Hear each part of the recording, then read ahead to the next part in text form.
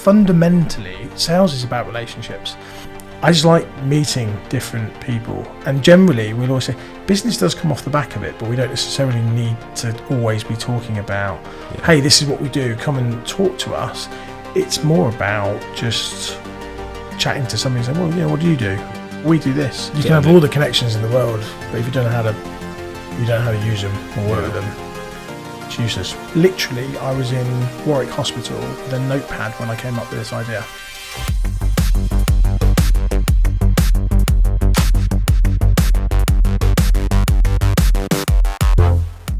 In this Sports and Outdoor Mentors episode, I chat with Dave Birch, founder and CEO of Endurance Zone, the world's largest sports rewards, loyalty and engagement platform.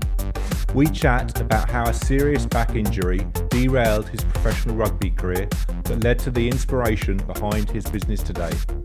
We chat about scaling the business, finding the right co-founders, getting external funding that adds more value than just financial, and much more. I hope you enjoy the episode. If you do, please like and comment, and if you haven't already, please subscribe. So, Dave, great to finally have the chance to sit down and speak. We've been talking about this for a while, so it's great to be able to come here and check out your amazing offices and the place where you're working. Pretty cool place. So that's yeah, we like it here. It's pretty cool. But yeah, imagine. No, great to finally get together. Yeah, absolutely. So maybe let's start with, what would you like actually the audience to kind of get out of this discussion? Is there, what would you like to kind of share in terms of something that you think could benefit the audience? Oh, that's a great question. I think for me it's an understanding of two things. Who is Endurance Zone? What do we do? But I guess more importantly, the journey as to why we got here, because I think classic entrepreneurship is around, you've identified something that has affected you, there's a problem that you've identified, and then you just try and fix it yourself, right? And so I think it's that, where did we start from, and why did we start it? What was the problem that we were trying to fix, and where have we got to? Because I'll tell you what it was when we first thought it was, is not where we are now. Okay, interesting. Okay, great. Well, we'll spend most of the next hour or so talking about Endurance Zone, but before we get to that, I thought it would be great to give the audience a little bit of background to kind of understand where you've come from, as it were. And I guess the story probably starts with rugby. Obviously, you played rugby at elite level a few times, I believe, with England even. Yeah, a few England caps under my belt, yeah. So that's pretty amazing. So, and I guess as with everything, playing sport at that sort of level, you go through your highs and your lows. And you've stated before that, you're somebody that's very competitive, and I'm sure that got you through many of those kind of low times. But I'm wondering, because in the end, I think it was quite a serious injury that stopped you playing rugby. So how did you handle that? I mean, mentally, that must have been, I would imagine, a pretty tough period for you, other than obviously physically as well, which goes without saying. Yeah, I mean, I had 2 discs removed and my spine fused, which was very painful and a pretty extensive recovery period. But it's really interesting, this one, because having played rugby, I am competitive, but I'm also a super positive person. And even my board will say to me, like, I don't understand how you stay positive all the time. Like, it's just, I think when people start thinking about negativity and negative thoughts come in, it actually can take over the whole being and the whole life. And actually for me, it's about, look, you can't change that outcome now, so how do we make the best of it? So I think that's probably an element of sadness around I've stopped playing, but at the same time, I'd had 2 discs removed and my spine fused. It was like, clearly it was time for me to stop. And actually that was the catalyst to starting this business. I mean, literally, I was in Warwick Hospital with a notepad when I came up with this idea. Okay, interesting. Okay. So one led to the other. So I didn't really have much of a time I went straight from finishing to going, I've got this idea. Right, that was my focus then, recovery, and how do I expand on this? Wow. Okay.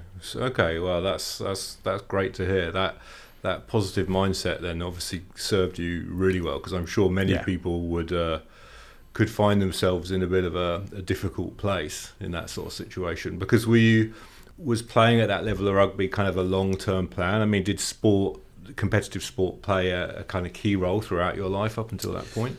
Yeah, very much so, and actually probably more than most people are aware of, because it's not overly something I talk about. So if I go back a little bit further, so I'm adopted. Lovely, I was adopted when I was about 7. Parents fostered me and then adopted me, and my initial start to life wasn't great. Not the place to go into it, but probably most things that where your head goes, I've had done.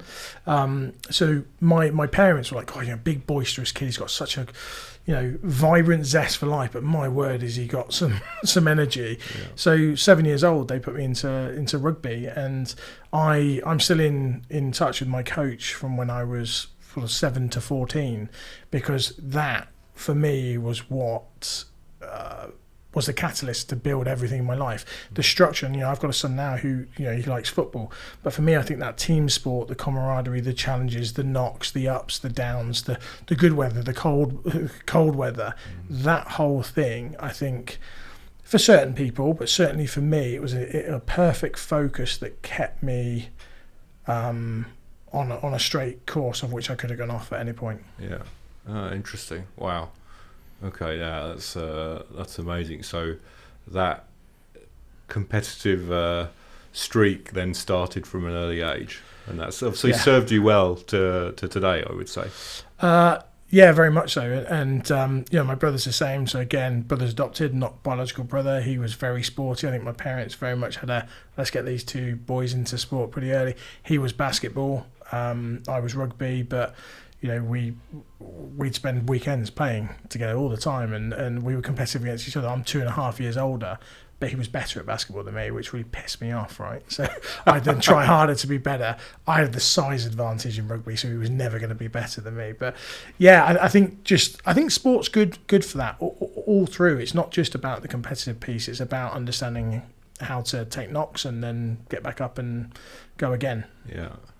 So if then the rugby led directly into Endurance Zone, so I guess then while you were still playing rugby, because I think your first, let's say, professional role was actually at a company called Samurai Sports, where you were a sales rep. Yeah, correct. So kind of looking back at that period, obviously, sales has somehow played a key role throughout your career again to where you are today. But what were the kind of takeaways when you look back at that period? And in fact, maybe more specifically, you've talked before about the fact that when you were in that role, you actually found it quite easy. Yeah. And so I'm wondering, what were you doing that kind of made it easy for you? What was it that you were like, okay, I can do this is easy? Was it just a mindset thing, or was it, why was it easy for you? Do you know, we still have this conversation in our offices now. So just come out of a board meeting this afternoon, we were talking about this, and some of the clients that we've got coming on board that we really shouldn't probably be winning at our size versus their size. And we were saying about it's down to, I think a lot of salespeople can take it very seriously, right? Yes, there's KPIs, there's always going to be KPIs, there's always going to be targets you got to hit. But fundamentally, sales is about relationships. And we are big believers across the business, and always from a young age, for me, it's been about build the relationship with somebody. If you've got the product that they want, fine. But if you've got a product that, in take Samurai, there's a Kuma, there's Cougar, there's Canterbury, they all do the same, right? Pricing's pricing, they're all much of a muchness. Those people are just going to buy you. So my big thing was hard work and effort. So I'd be traveling to rugby clubs evenings, weekends. You think rugby clubs, they train on a Tuesday and a Thursday. A lot of the guys and girls that were the sales reps would be going out to somebody's office, seeing the club chairman, at a table somewhere. I'd go in the evening. I'd see the lads. I'd talk to them. I'd swap war stories about when I was at England and I was doing this and that. They know then that you're one of them. And then it was about really just that relationship led to, actually, I like this guy. I want to work with this guy. And that fundamentally, that also is what works in our business. And I'm sure we'll touch on this. So I don't want to jump too far ahead, but we hire very much based on the personality than the experience that they've got, because we can train our product, we can train what you're selling. It's down to, can you build relationships with people? Are you likable? Can you network in a non-networky way, if you know what I mean? And I've always been that way. I'm a sociable person. I love learning about other people's journeys and jobs and what they do, and if you can get on with somebody, they'll want to work with you. Absolutely. And that probably leads then quite nicely into your next role. So you moved, I think, from Samurai into recruitment. So you worked with Michael Page. So obviously one of the largest recruitment businesses globally. And I think you were working on senior finance roles for like the top four, the big four consulting agencies. So maybe looking back at that period, because you were there for what, 4 or 5 years? What would you say is the best and the worst about your time there in recruitment? Yeah, okay. So if I talk about the journey, when we say about that sort of journey competitive piece to Michael Page, I'd gone from selling teamwear into rugby clubs and swapping war stories, and then I was kind of like, I've got to grow up a bit here. I can't be doing this when I'm 80. I need to think about my long-term career. I remember going to Michael Page and saying, look, rugby, I've been sales at Samurai, had the stats of top salesman for 4 years on the bounce, so I had that. And they went, well, we really like sports people here. We're all about targets and rewarding people for doing well, and we've always got league tables, and sports people play into that quite well. I remember going in and them saying, like, come in for an interview if you thought about recruitment. And I said, well, I haven't, but okay. So interviewed with Louise, who was my manager at the time in Leicester, and she said, well, look, second stage would be with our director, Sean, but he happens to be upstairs. Do you want to meet him? I was like, yeah, great, fantastic. So bearing in mind, I told my wife I'm going to pop in for an hour to see these guys. I then met Sean, again, great guy, learnt an awful lot from Sean. I think I spent maybe an hour with him, and he said, look, what we now would do with role play, and it's that kind of, I want you to come in, I'm going to be recruiting for a job, and I want you to kind of, open questions and fact find about that, but you need to do it with our sort of area MD, Steve. He happens to be upstairs today. Do you want to meet him? But you need to go away and prep. And I was like, yeah, sure. They were like, right, well, there's a cafe across the road. And I was like, yeah, great, okay. So it was 7 hours in this whole interview process. And by the end of it, they'd offered me the job.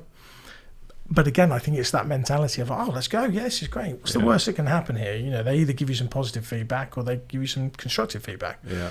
So, but recruitment is a different kettle of fish when it comes to sales. Michael Page is a different kettle of fish when it comes to, again, recruitment. They are one of the big boys. They are very KPI driven. They churn through staff. I'm not necessarily saying that's a negative, because I learned a hell of a lot there, but it was hard work. It was very much, how many phone calls have you made today? How many CVs have you sent out of prospective candidates to audit tax directors? They're not expecting it. You're just specking them. They call you specking them out, or your follow-ups. But it was so KPI, number driven, process driven, that again, you learnt an awful lot during that. And you can take then the positives of going, well, that actually worked really well. That specking CVs and cold calling people and stuff like that, the way that they did it wasn't right, because it was just numbers. There was no relationship, no personality behind it. It was just, cool, no, did you like that CV? No. Did you need somebody? Right, no. Okay, you're on to the next one. So it really positive in terms of their structure. I mean, before you even touched a phone there, you did they called it Sales Academy. You were down in London. It was a whole week. You were doing role play, you were doing open questions, closed question. They got you doing Myers-Briggs training. So I mean, in terms of a sales process structure, I'd advise anybody to go and spend some time at Michael Page, and then go and use that to create something yourself. Considering what you know now, if you went back into recruitment today, what would you do differently? I'd do more events, and I would work with less clients and land and expand, as you would call it. So it was very much about, these are all recruitment terms that you probably don't do yourself, so I would never say that you would, but spray and pray was always the thing that say, here's a CV, send it to 100 people. It's just a numbers game, something's going to stick. But actually, you might have annoyed 90% of those people that go, do you know what, you're not a true recruiter. You don't really understand my needs. You don't really understand my business. You're just kind of hoping that I'm going to bite on this CV. And do you know what, it works. Michael Page built global empire out of it, right? But for me, it would be boutique-y. It would be tailored towards a handful of clients that you had their trust. They didn't go anywhere else. You knew exactly what their business did. You knew exactly the culture that they've got, the types of people that work. And then when you pick the phone up and say, I've got somebody here for you, they listen. Yeah. And funnily enough, I recruited when I was doing industry finance for the last sort of part of my career there. I placed a finance director into National Grid. I then pulled him out of National Grid and put him into Goodyear. He was then at Goodyear for around 3 years. Fantastic job for them, great reference. He now is my finance director. So when I needed a finance director, and I grew quite a good relationship with him. So I didn't know him from Adam, but he liked cycling. I was into cycling. Yeah. And I remember saying to him, look, I'm at this point now where I'm going to raise money. I'd love you to just have a glance over my my deck and give me some advice. And then, roll on past the investment and stuff. I then said, look, I need a finance director. And he turned up at my house to tell me that he didn't think I was ready, and then went away with the job. And he's been instrumental in getting us to where we are today. But again, if you weren't relationship led, you wouldn't be having a finance director that you placed into a role 4 years ago or whatever it was, 7 years ago. Interesting. Oh, well, that's good to hear, because I would like to hope that that's definitely my approach. But yeah, there's still a lot of quite shoddy kind of tactics, unfortunately, used in the recruitment world, which gives us a little bit of a bad reputation with some people, which is pretty frustrating. But I do think that COVID reset that a little bit, because a lot of people lost their jobs across industry, across practice in terms of finance, and even recruiters themselves, lost their job. So when you came back out the back of this, and I've got still a few friends that are in recruitment, have done very well. It forced you to actually go and build relationships with people again, because the person that you used to deal with was no longer there. Yeah. And actually you don't know where they are anymore, because they might not have a job, or they might have gone somewhere else, and you've got to redo that. So it kind of almost reset people a little bit to become more relationship led and not just chucking CVs out the door. Yeah, absolutely. Okay, so let's move on to Endurance Zone. So yes, Endurance Zone is the largest rewards and loyalty platform in the world now. We are a white label tech solution that offers rewards and loyalty platforms white labeled for gyms, health clubs, governing bodies, sports organisations all over the world. So used by those clients in different ways. If you're looking at retention, the platform has ways that can aid your retention strategies. If it's engagement, yes. If it's driving brand awareness, advertising, gamification, the platform allows you to do all of that. So again, that consultative piece we were talking about is we'll go into a gym and say, look, what are the behaviours that you're trying to promote? What is the what are the challenges you're facing, and how can we help you? So we'll always start a call going, look, I could show you our platform, but it does a million weird and wonderful things, right? Tell me what your problem is, and we'll then be able to navigate you through our platform to say, look, this is a solution that will help you with it. Obviously, building something like that, there's a massive amount of back-end work. Yep. But when you started, was it in your mind already that, okay, this is going to take several years before we kind of get to market? Yeah, so do you know, people ask me this question because when you look at, say, my LinkedIn, it will show that, and then our platform went live in September 21. But actually, there's a slight journey there. So, when I had my back surgery, I was told that, look, running, rugby, those forms of modality are now done. You need to, ideally, cycling, right? Low impact, great recovery. As you sort of lean forward, it opens up the vertebrae in your back, which will support that sort of operation piece you've had. And the doctor said, like, go and join British Cycling. They're bound to give you loads of benefits to, start you on this new journey. So I thought, okay, cool. Yeah, I like cycling. So went to join British Cycling. But unless I wanted a magazine or a cycling holiday, there weren't any benefits. And I was expecting, bikes, glasses, helmets, nutrition, and there wasn't. I was then at a gym that were, serving me rewards, but they were Papa John's Pizza and Starbucks. And it was this kind of aha moment of going, well, look, if you're a health organisation, you're a membership platform that's built around that sports, surely you're wanting to offer them something that was actually tangible to the audience, as opposed to just putting up some rewards and pretending that it's a benefit to people. So because I was interested in cycling, I had this idea to go, well, actually, do you know what? I'm going to focus on building out a cycling network, and I called the business Discount Cycling Network. So I'd sit there, in my lunch breaks and stuff, flicking through magazines, cold calling the likes of Halfords and Muck Off and Specialized Bikes, going, look, I'm going to build out this platform where cyclists are going to join to get these discounts. Now, what I've seen in the industry is there's lots of affiliates out there, and if you can offer a 10% discount and somebody's taking a 10% commission, that's not that valuable. And if you can Google it, consumer-wise, again, that's not that valuable. So do you know what? Don't pay me a commission. Give me 20% discount instead, or whatever it would be. They give me the high discount, and they go, well, how are you going to make money? And I go, well, don't worry about that at the moment. But if I can then give all these, really big offers that people go, wow, I can't find them online, it's going to create that sort of membership of people coming in and going, wow, I'm getting real benefit here. So short version is I did that and I had about 50, 60 cycling brands. And in 18 months, I had more members logging into my little crappy Wix site that I'd built to get access to all of my discounts, which was more than British Cycling's membership. So I went back to British Cycling and said, hey, I've cracked it, guys. I've figured something out here. Why don't you license this off me? And they said, look, we love it. We really like that, but we don't want to send people to you.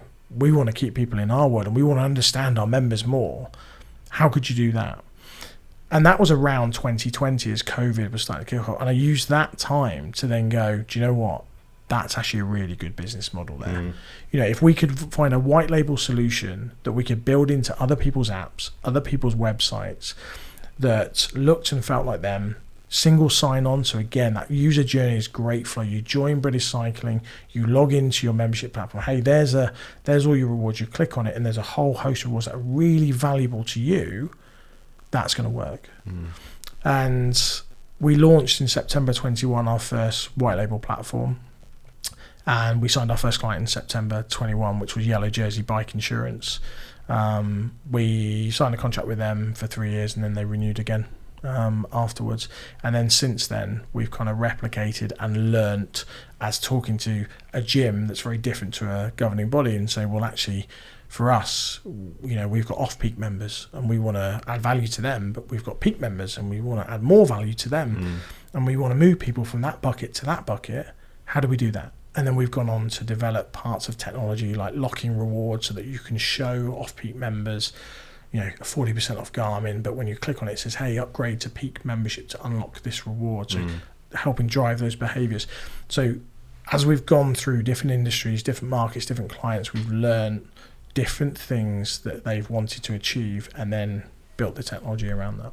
Okay, amazing. So actually then it maybe didn't seem like then such a long time from when you first started that. So because otherwise I was thinking, wow, from a motivation point of view to kind of from the start to that point must have been quite challenging. But it sounds like you had a few, let's say, deviations to the plan as it went along, and you, as you said, you learnt from what you were being told. Yes, but at the same time, I'd say you still very much need that motivation, because having got 187,000 people to sign up for my Discount Cycling Network, to then have to completely rebrand, lose all of those members effectively, and then turn it into a B2B and taking that leap of faith. When everybody was losing their jobs during COVID, I had my job and I quit. And then I spent all my life savings. And I've got a very lovely wife who backs me on it. So again, that motivation, but I think it's because I'd seen, I'd been told by a reputable governing body that actually, do you know what? We could use that technology. We haven't seen anything like that, but we want it white labeled and we want it in our platform. And it was that kind of catalyst to go, there's a need there. Let's go and see what we can do. Looking back in those early years, what were the biggest challenges that you didn't expect? What were the things that were like, okay, that kind of came out of nowhere, and what really challenged you there that was a surprise? There's two things, and it sounds like, and I need to get across that it sounds like I'm trying to say everything's super positive with work, right, and business. It's all rosy. It's bloody not, right? When you're working all hours under the sun, and I think everybody that's ever started a business knows you're the cleaner, you're the chef, you're the salesperson, the accountant, all of that kind of stuff. But I'd say actually it's the scaling very quickly, and it was kind of taking a product to market that people wanted very quickly. We actually needed to raise money pretty quickly because we actually needed more resource, because we'd done the hard yards of selling this and building this off our own, bootstrapped it for 3-4 years ourselves, hired a few members of staff. Myself and my co-founder weren't paying each other for 2 years. We were paying our staff instead.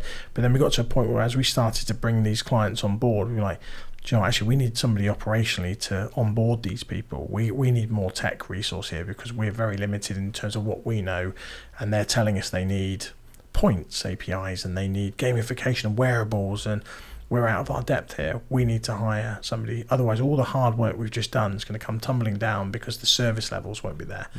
And that was one of the hardest things, because I think it's very easy to go and get money, but actually if you're scaling, you want the right money.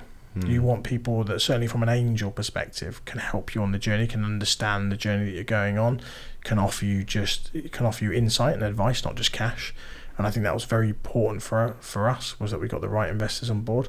So that first bit was tough, because it's a long process trying to get investment and building out data rooms and forecasting 5 years in advance with a finger in the air. It's hard work. So that was a really challenging piece for us.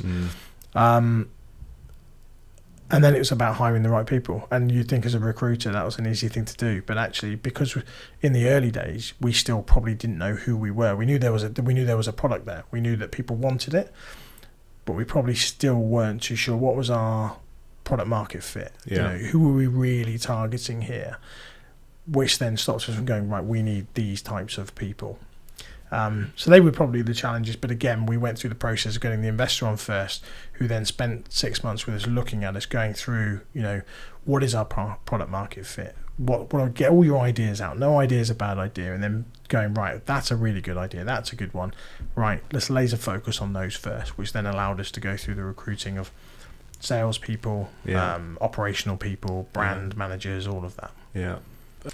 So you mentioned co-founder there, and I believe actually you've had, at one point you've had 2 co-founders, and you had very complementary skills. You kind of talked about this triangle that you had, yourself with more kind of sales operations, another co-founder with more IT, another one with more marketing. Yeah, that's right. I'm wondering, was that a conscious decision in terms of identifying those people to be with you as co-founders, or was it more about the relationship that you had with them, and that you knew them before and worked with them before, or trusted them, or whatever? Or was it really conscious that, okay, I need somebody with tech, I need somebody with marketing? 2 things, actually. Super conscious on one of them. So one of my co-founders, who's our CMO, is Ed Hawliston, also happens to be my brother-in-law. Nothing to do with the reason why I hired him, because I think I made it very clear on the way in, sort of thing. Business is business and family is family, right? If we fall out on a Friday and we've got a barbecue on a Saturday, I don't expect you to raise anything, But it happens that, marketing degree, worked for Arden University and a couple of charities, marketing director, SEO skills. He was just the perfect fit for somebody to come in and look at market analysis and look at targeted demographics of clients and all of that kind of stuff. So when I approached him about it, initially he was, I'm not in a position where I'm going to quit my job and come and do this, but I'll give you a bit of guidance and help you, sort of thing, along the way. And then very soon, I think he saw the opportunity and said, okay, I'm all in on this. And actually, we outsourced the technology initially, and then we were approached by a guy in the States called Todd Jennings, and he ran a OTT platform, which is over-the-top platform, endurance video streaming. So he was an Ironman athlete and tech whiz, and he rang me one day and said, I've just seen your rewards platform. I'd love this for our OTT platform. The brands resonate with our audience. And I think over a 3-month period of me chatting with him, I managed to convince him to quit doing what he'd been doing for the last 2 years and come and join me as a co-founder on the technology side. And then, yes, I always explain it's this perfect triangle of, sales and operations, marketing, and technology. And I think anybody that runs a business or is looking at running a business, the first approach is identify what your skills are and be really honest with yourself about what you're good at and what you're not good at. Yeah. And the bits that you're not good at, go and find somebody that is. Yeah. Interesting. Okay. And that lens brings us back maybe full circle to recruiting now. So I'm really interested to know, are you taking anything that you learnt from your recruitment days into your recruitment process now when you're building out your team? Yeah, so you're right. Before you mentioned about I recruited senior finance positions, audit, tax into Big Four, and then moved into CFOs and FDs into industry. And in that basis, there was a mix of very much qualifications and then skill set. And I would say none of that, because finance people are not salespeople, right? And in a scaling business, we needed salespeople, and they're very different people. But one of the things that I guess resonated with me was there were one or two candidates that I had, Tom, who's our finance director, being one of them, that had personality. And I think for me, it was kind of, I remember Paula, who was his line manager at Goodyear, saying, John, he's a great guy. He would fit in perfectly with the rest of our team here. So I think for me, and I mentioned it previously, it's about personalities and people that fit within our business. We don't overly take ourselves too seriously. We're not all buttoned up with ties and suits and stuff. We go and work out with our clients. We go on bike rides. We've done paddleboarding with our clients. We wanted people that can fit in, work hard, are driven, are competitive. My God, we need competitive people. And that was what was important. So kind of a yes and a no. Like, it's interesting, but I don't care about qualifications, which I think in Michael Page it was very much like, what are qualifications? What university have they been to? Yeah. For me, I don't care. I never went to university. I never did A-levels. I went straight into playing rugby and then working. But by Christ, did I work hard? Yeah. And that's more important. Yeah. So I'm not sure if that answers your question or not, really. But yeah, it does. But so when you're, obviously personality then is critical for you, and that ability to fit with the team and within the culture of the business that you've just described. But how are you identifying that? Because a lot of times that's here, right? Yeah. It's the gut, which isn't, in my experience, 100% reliable. 100%. Unfortunately. So true. So yeah, I'm interested, is it kind of really down to that kind of gut feeling, or is there anything else you're doing to kind of help identify those people? Yeah, so we'll get to know people. So I believe it or not, don't use recruiters because, I don't want to see a load of CVs. So we'll meet people. And they might be working in a gym. They might be working at a brand that we work with or something. But when you go to a networking event or you turn up at an expo and you get on this person and you end up having a bit of dinner or a beer or whatever it might be, and you just kind of keep an eye on them and go, do you know what? I like that guy or girl. It's they could be good for our business. And then you kind of start planting the seeds. And we've got a couple of people at the moment that we're looking at, and we've planted the seeds probably 6 months ago. Go, God, do you know what? I'd definitely hire you. Like, oh, well, really? Well. And then the next conversation you have, they're like, so are you hiring? And you're like, well, we will be, yeah. We're looking at adding some more heads in for 25. I can't promise anything, but let's have a coffee. And you just start to spend some time with these people over a 6 month or 3 month period, and I will generally get a pretty good feel as to whether they're right. And then now I'll put them in front of some of the other team. But the people that we've hired, we've invited them out for dinners twice generally before they even get an offer. Okay. We'll say, hey, come out and meet the team. Like, this has got to be right for you. Chat to the team, ask them questions about what it's like to work here, what we're doing, what we're building, what I'm like to work for. And it gives them an opportunity. And also I then get to say to someone, what do you think? Well, a bit shy, a bit quiet, said this, said that. But fortunately, the feedback's been like, seems really good. Yeah. There's only been once that we hired somebody that had loads of industry experience that we thought was going to be good because they had the industry experience and they knew everybody. But actually that didn't work because they knew everybody and they knew him. Yeah. Good and bad. Yeah. That's funny because I've made the same mistake back in the day when I was working for a brand, and on paper, the amazing experience, amazing connections. Yeah. But it just didn't work. You can have all the connections in the world, but if you don't know how to use them or work with them, it's useless, really. And I've said this to the team several times. One of the big advantages we have in this space is people that have been in this space, this loyalty and rewards in this specific industry that we've been in, have either done it very badly and they've gone, or they're doing it very badly. One of the benefits that we've got is taking people outside of the industry. We've not been in this industry. No one knows us really apart from what we do now. Nobody knows my staff apart from that they've worked at Endurance Zone in this industry. And that seems to be holding us in good stead because, again, we are heavily service-led, heavily relationship-led.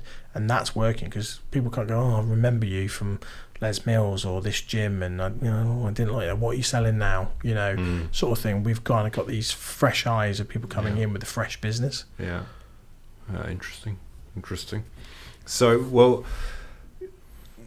maybe connected a little bit to that and connected to those opportunities to network. I know that you're keen on doing this sort of thing, first of all. So podcasts, and I know you've done some public speaking. You were at the Running Industry Alliance conference last year or the year before, whenever it was. So what do you get out of that? I mean, is that again just an opportunity to start kind of sowing the seed with particular people, or it's really about selling the business, or putting yourself out there all the time, especially in your position now when you have a lot of other topics, I'm sure, on your desk. So why is it important for you that you're still out there kind of doing that? So I think some people think, I had a comment where somebody goes, God, you do a lot of speaking and you're at this fitness expo on stage doing this or that. It's actually the opposite from the public piece of like brand awareness is great and all that, but actually the bits that I like is you get to talk to so many people that you understand. So when you explain what you do, they'll go, do you know what, we've been looking for something like that, but actually we need it to do this. And I see it as a massive information gathering piece. And you're right, the Running Industry Conference is a really interesting one. So I'm not sure when this podcast will go out, but I've just been appointed to their board. So Beck's invited me to come and join their board because she said, look, you're good at sort of listening to people, and actually it's quite, this whole thing is about how do we improve the running industry, and being able to sit there and just have a beer with somebody, have a coffee with somebody and say, what are your challenges? That's the bit that I really like, and that's the bit that she'll see value in me. How do we improve the industry together?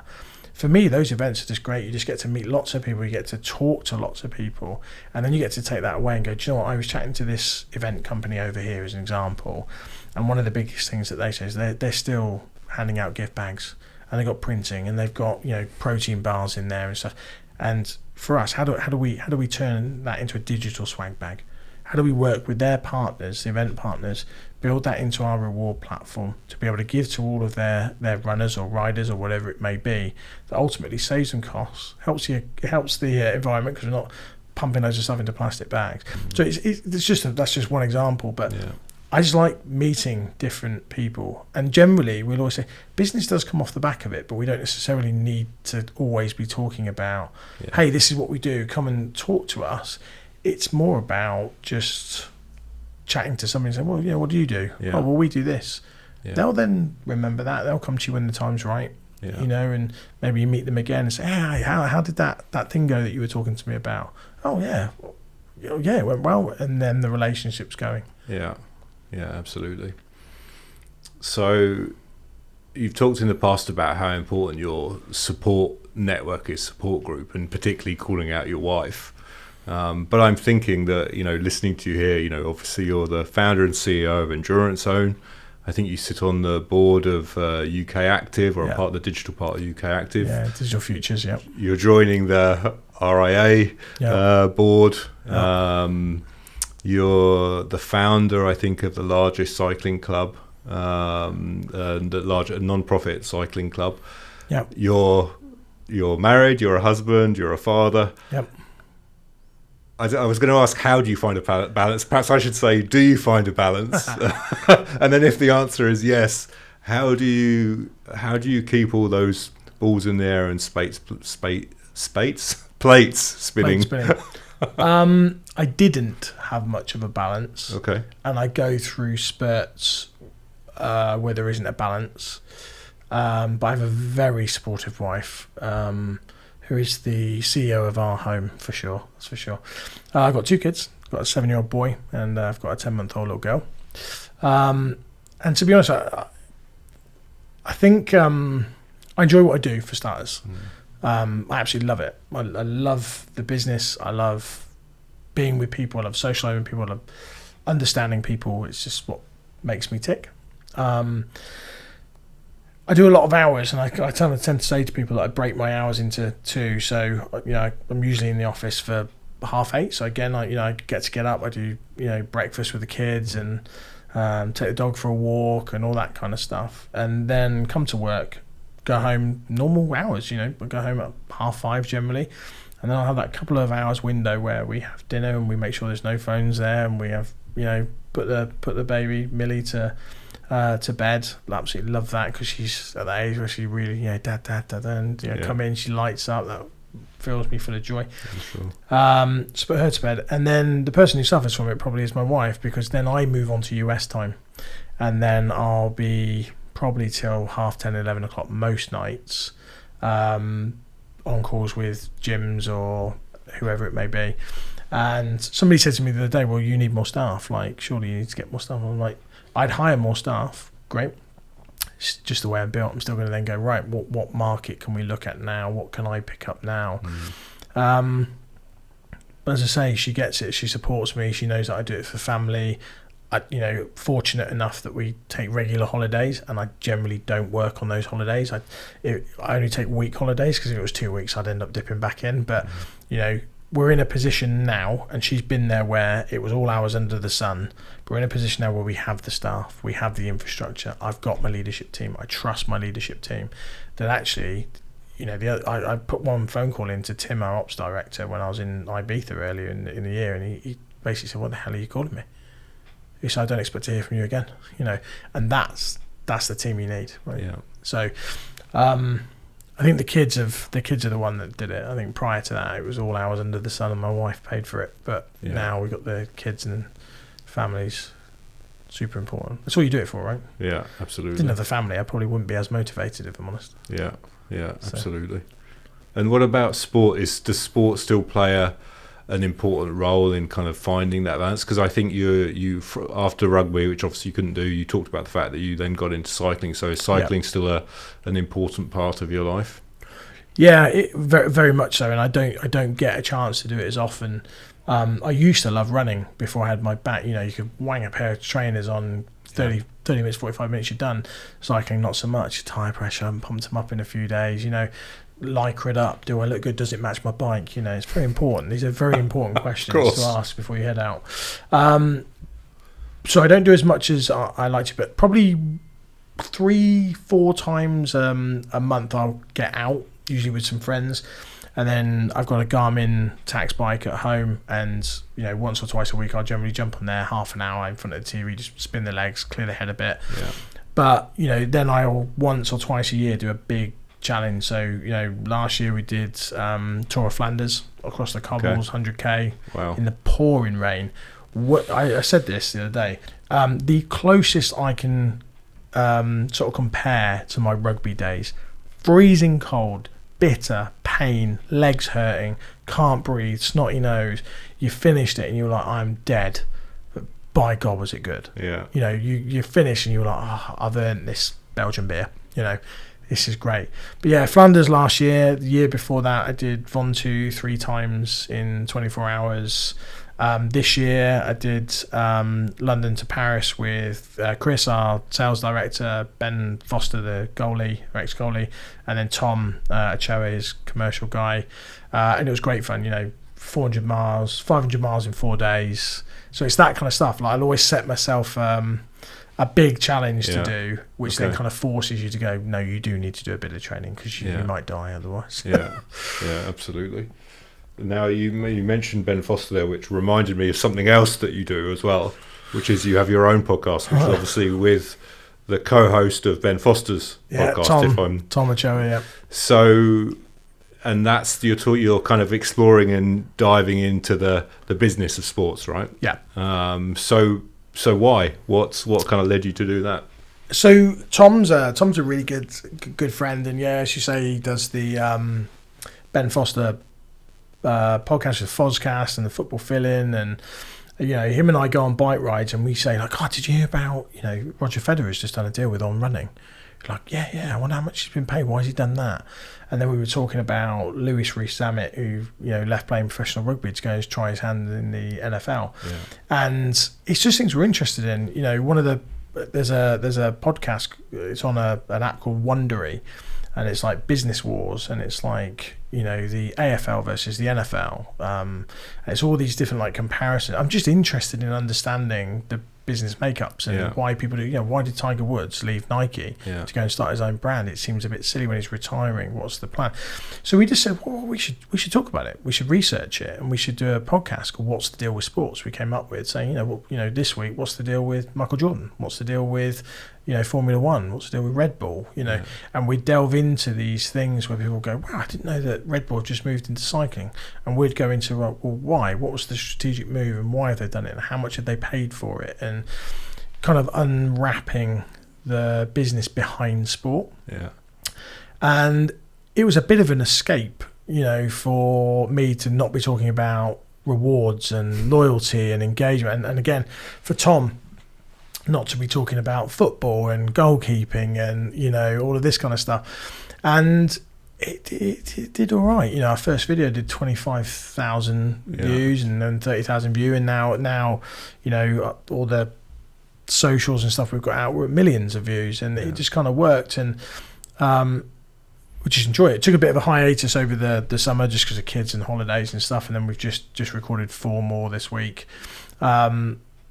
But yeah, just really interested in it. It's worth putting it out there. And again, I think it positions selfishly myself in that kind of thought leadership thing. I'm not just playing around at this. I'm genuinely interested in business and sport and how things work and how we connect people together and how we can, improve the industry really through various different things. Yeah, absolutely. No, it's great. Well, I've listened to the Wrexham episode and one other which now escaped me. Masters. But yeah, no, it's cool. It's the Masters golf one everybody seemed to really enjoy that, the mystique behind the Masters and all the crazy rules, and that there's hidden speakers that play bird music, like bird chirping. I haven't listened to that one. I'll have to check it out. They put dye in all the lakes at Augusta to make them stand out on TV. It's a really good one because it's things like that. You watch it, and if you ever watch it, you're like, nobody's carrying a bag,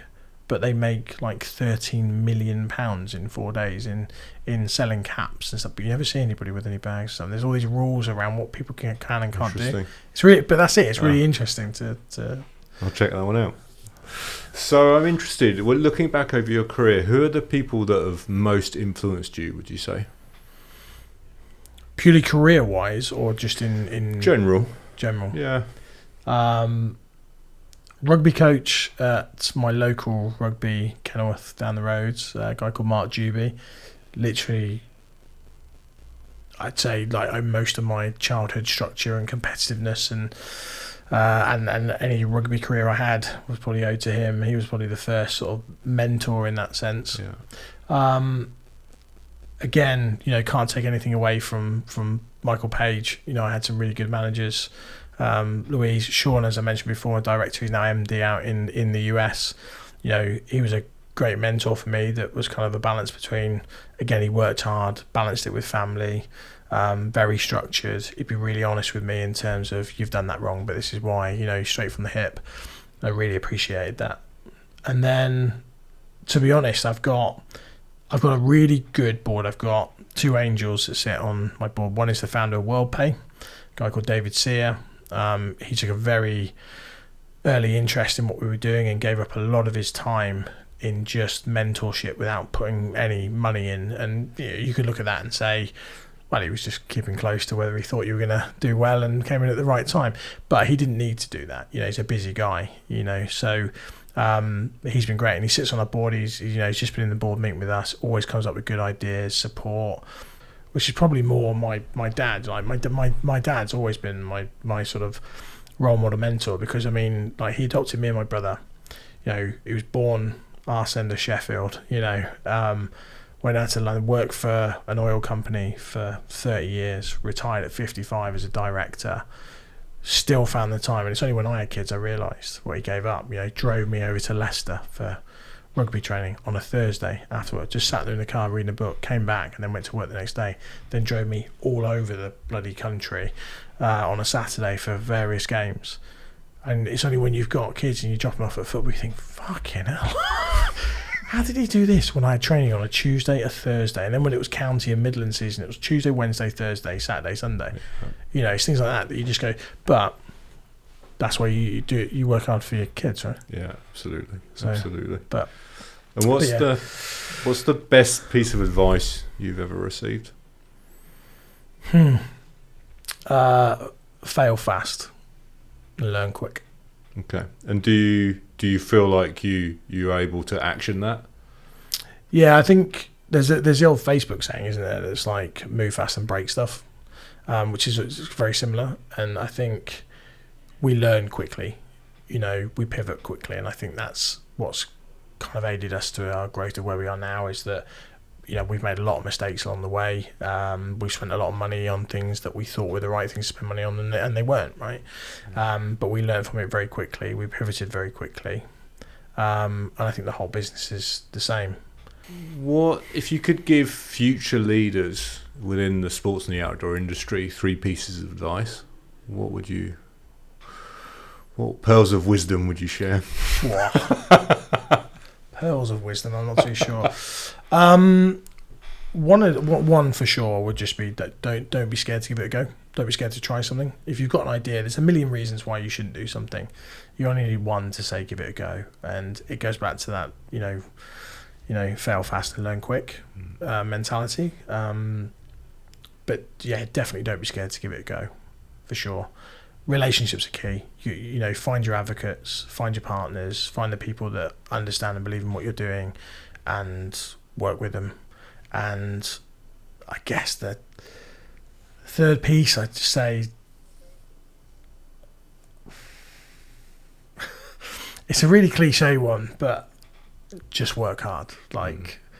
There's no substitute for hard work, and I think everybody said that, and I'm probably going to get people going, "Oh, here we go," but there isn't. If you can learn fast, if you can learn quick and fail fast, but you work hard, that's it. So see, I'm going to give you 4. So that last one could be that, or it could be the other side of it. Is just back yourself.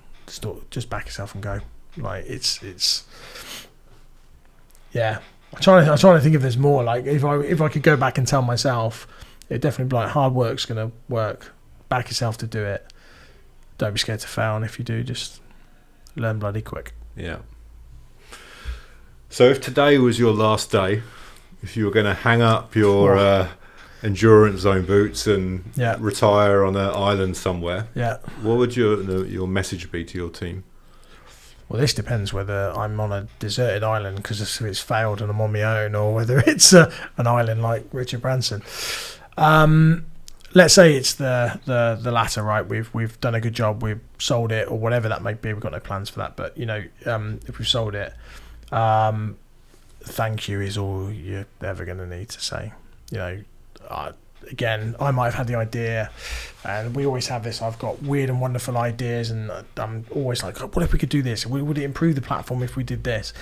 And I've got the team there that can tell me whether we can deliver on it, whether we should deliver on it. They've done their work to tell me, actually, that client, yes, no.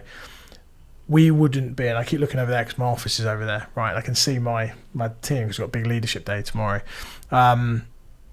It's just thanks for trusting me, because they challenge me on things when it's right to do so, but a lot of times I come in and say, deliver the message this month, this quarter, budgets, whatever it might be, and they just go with me, and I'm going to take that as a positive that they trust me, but it'll just be a massive thank you. Like, if we have got to that point where we've done an exit, or we haven't, we just got a great lifestyle business that gives everybody a great life, not going to be here, and I've done it on my own, and it would never be here if I hadn't got the right people in.